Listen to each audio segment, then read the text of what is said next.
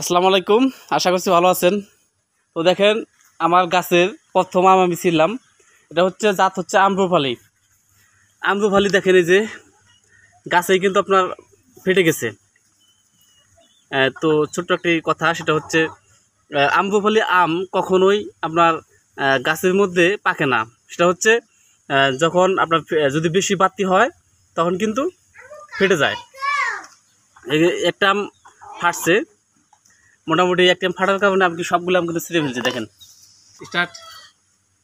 এখন একটা আমি একটু খাইয়ে দেখবো আসলে গাছ পাকা আমটা কেমন হয়। এই দেখেন কালারটা অসাম, কিন্তু একটা কালার চলে আসছে। এখন একটু খেয়ে দেখি দেখি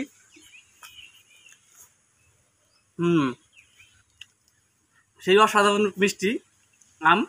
এটা হচ্ছে আম্রপালি। অবশ্যই আপনারা এটা খেয়াল রাখবেন, যখন আম আপনার গাছে ফাটবে তখন সবগুলো আম ছিঁড়ে ফেলবেন। এবং আপনাদের মনে রাখবেন ফাটার আগে ছিঁড়ার চেষ্টা করবেন যখন পাতি হবে।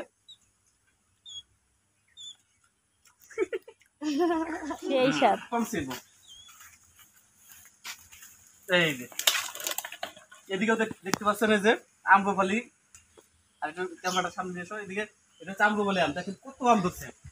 এটাও কিন্তু আমার বাড়তি হয়েছে, আমটা কাটার উপযোগী। তো এটাও ছিঁড়ে ফেলবো ইনশাল্লাহ। এই যে আমের সাইজগুলো দেখেন, তাও তো বড় বড় হয়েছে। দেখো এই আমটা দেখো কত বড়, দেখছো? আর এটা মোটামুটি গাছটাও একটু শক্তিশালী গাছ, এই জন্য। আর এই গাছটা দেখতে পাচ্ছেন, এই যেটা হ্যাংলা, মানে এটা হচ্ছে একদম গাছের এটা প্রথম ফলন হিসেবে ইনশাল্লাহ ভালো আম হয়েছে। চলেন দর্শক, আপনাদেরকে আর দুই একটা গাছ দেখাই। আরো তো আম আছে, আম গাছ একটা গাছে 1 কেজি করে ধরে আম। এই যে দেখতে পাচ্ছেন আম, এই আমের নাম হচ্ছে কেচু আম, কেচুয়া জাত যেটা বলে।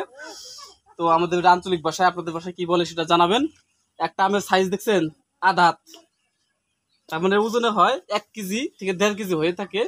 তো এটা আমার এটা দ্বিতীয় ফলন। গত বছর একটা আম ধরছিল, এই বছর মোটামুটি তিনটা।